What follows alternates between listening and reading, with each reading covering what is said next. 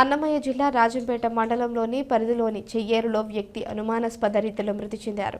అక్కడ పశువుల కాపరులు పోలీసులకు సమాచారం ఇచ్చారు. సంఘటనా స్థలానికి చేరుకున్న పోలీసులు మృతుడు ఆలమూరు శివదస్తగిరి రాజంపేట మండలం తాళ్లపాక హెడ్ పోస్ట్ మాస్టర్గా మృతిని స్వగ్రామం వైఎస్ఆర్ జిల్లా కాశీపేటగా ఆధార్ పాన్ కార్డు ఆధారంగా గుర్తించారు. మృతదేహం వద్ద దొరికిన వస్తువుల ఆధారంగా విషద్రావణం త్రాగి ఆత్మహత్య చేసుకున్నట్లు సంఘటనా స్థలంలో దొరికిన వస్తువుల ఆధారంగా పోలీసులు అనుమానం వ్యక్తం చేస్తున్నారు.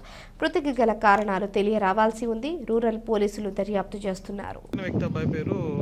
ఆలమూరు శివదస్తగిరి ఇతను Talapaka post office branch post మాస్టర్గా పనిచేస్తూ ఉన్నాడు.